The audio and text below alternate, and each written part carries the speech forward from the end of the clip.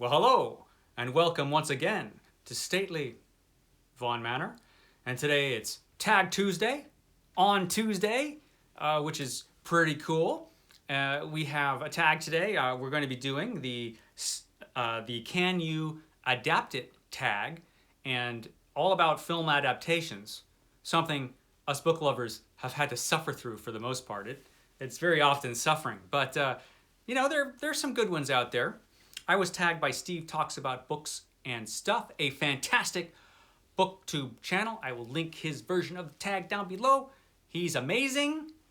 And this tag was created by Raul Reads, another amazing booktuber who I'll tag down below. I really like his channel as well. So yeah, on with the tag. Question number 1, what is your favorite book adaptation? Well, this is a tough one. There's some good adaptations out there. I'm going to go along with an adaptation that I thought was pretty impressive. I'm going to go with the Lord of the Rings trilogy, which I have in these fancy pants, shiny boxes here. Limited edition. Yeah, I'm going to go with the Lord of the Rings trilogy. I really, really like these movies. I think they did an excellent job adapting books that I thought would be pretty much impossible to adapt, but they did a pretty good job with these films. Not perfect. There were moments that just didn't work. You know, nothing's perfect, I guess. But I really liked it. I liked this one an awful lot. I was impressed by it. So Lord of the Rings. There we go. That's number 1. What's number 2? What is your least favorite adaptation? There have been some pretty bad adaptations. I guess my least favorite, just from sheer disappointment, I actually have a copy of this movie. I don't know why. It's because I'm weird. Would be the Will Smith I Am Legend. Now, I love this book. The book I Am Legend is one of my very favorite books. This movie mostly sucks. Will Smith, well cast. He's excellent in the film. No problem with Will Smith. The script, though. Oh, the script. And the CGI monsters. You know, in the original book, of course, they were vampires. No reason not to have them be vampires. They made them kind of weird zombie creatures. Who knows what the hell they were supposed to be in this movie. But they should be straight up vampires. No reason to have CGI nonsense.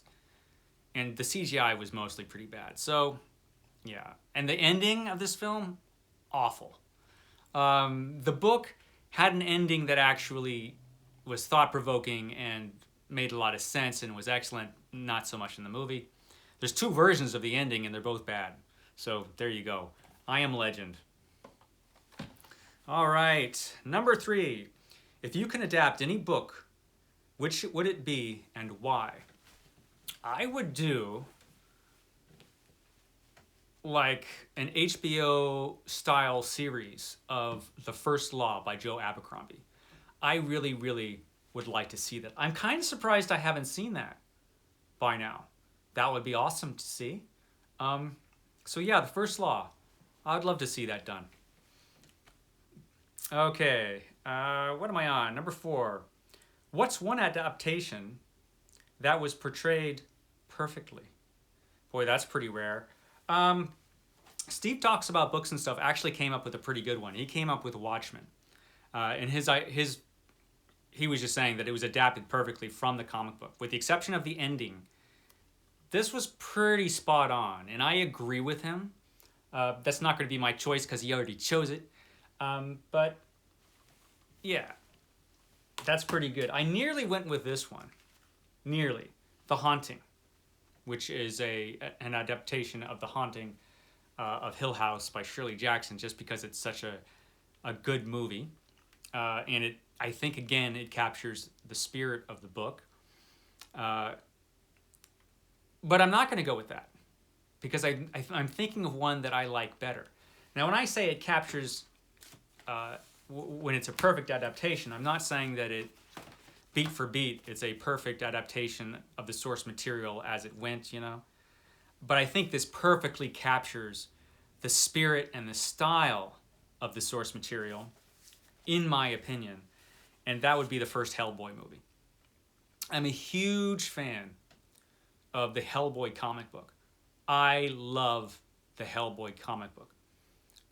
And this movie, the first movie, there are a lot of changes, but despite those changes, I think it captures the spirit and the character of Hellboy pretty closely. Yeah. So I'm going to go with Hellboy. I really like this one. Okay. Number 5. If you could star in any book adaptation, which one would it be and which character would you like to play? Well, I'm going to go back with that first law idea I had, and I would cast myself as Glokta. Who wouldn't want to play Glokta? I think I'd make a pretty darn good Glokta, if I do say so myself. So yeah, I'd go for that. Okay, number 6. When it comes to adapting a novel, what's your preferred media? TV, miniseries, or film? I guess it depends, but I'm thinking that TV miniseries is probably the best way to do it nowadays. You have a lot more room to put everything in there that you need. Novels could be pretty long, they could be pretty dense, there could be a lot of things in there, and you need a lot of space. That's why the Lord of the Rings series was like 10 hours long or something. Maybe even more than that. So yeah, I think TV miniseries is probably the best format. Only bad thing is you don't go to the theaters to see that, but you know, nowadays we don't do that anyway. So let's see. If you could, oh, here we go. Number 7. If you could change anything from a recent adaptation, what would it be? I'm going to go with John Carter. This John Carter movie came out in 2012, so I don't know if it's really that recent anymore. But this instantly pops to mind, the John Carter film. First of all, I'd call it John Carter of Mars, like it ought to be. And the second thing, there's a few things that didn't work in this, for me. Making the Red Martians a bunch of white people with tattoos, for one thing, didn't really work. But mostly what didn't work in this movie for me was the character of John Carter himself. This film made John Carter one of Hollywood's favorite tropes, the reluctant hero. Yes, we've got to make everybody a reluctant hero nowadays. And that's what they did to poor John Carter. Now, if ever there was a character who was not a reluctant hero, it's John Carter. Now, in this film, you know, he's a Civil War veteran whose wife has died. None of this was in the original book. Whose wife has died, and he's really depressed, and he doesn't want to fight for anybody. And he goes to Mars. He doesn't want to fight for them either. He's just reluctant until he does. You know, and Hollywood loves this trope of the reluctant hero because they can squeeze some extra drama out of it. You know, you've got the reluctant hero, but oh, this thing makes him want to fight. This one thing makes him wants to be a hero, and then you can have the big dramatic scene where he's like, yes, now I'm going to be No, this is not John Carter. If ever there was a character who was not a reluctant hero, it was John Carter, man. John Carter was just a hero through and through. If there was trouble, he's there. You know? It's like, look, there's trouble. I'll take care of it. I'm John Carter. He would take care of it. He would be in that mess before you could say a word. He'd be in it, you know? He was the opposite of the reluctant hero. So yeah, I would make a John Carter movie, and I would put John Carter in it. There we go. That's my answer for that. Number 8. Is there a book adaptation better than the actual book? If so, which one? Immediately 3 sprang to mind. I will show you all 3 in levels of their goodness. The first one that sprang to mind was The Mist. This is a a adaptation of the great Stephen King story, and it is a great story.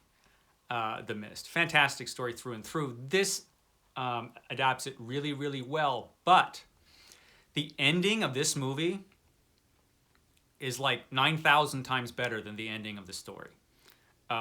This has just such a great, powerful ending. Because it was different than the ending of the story, I wasn't expecting it. And when I saw it, it blew me away. It was a great ending. This is actually a really good film, and a great adaptation of the source material. So I'm going to go with The Mist, just because the ending is so good in the movie. Another one I'm going to go with, and this might be controversial, but I stand by it. I think Blade Runner is actually a better version than Do Androids Dream of Electric Sheep. That could just be my personal preference. Many people would argue with me on this, and they probably all have really good points, whatever their arguments are. I just really like the movie. I don't know, but the movie version worked better for me than the book did. Yeah, and it could be because I saw the movie first, and because I saw it when I was young, and it had such an effect on me. That could be why. It might not be a really logical reason, but I still think the movie's better for me.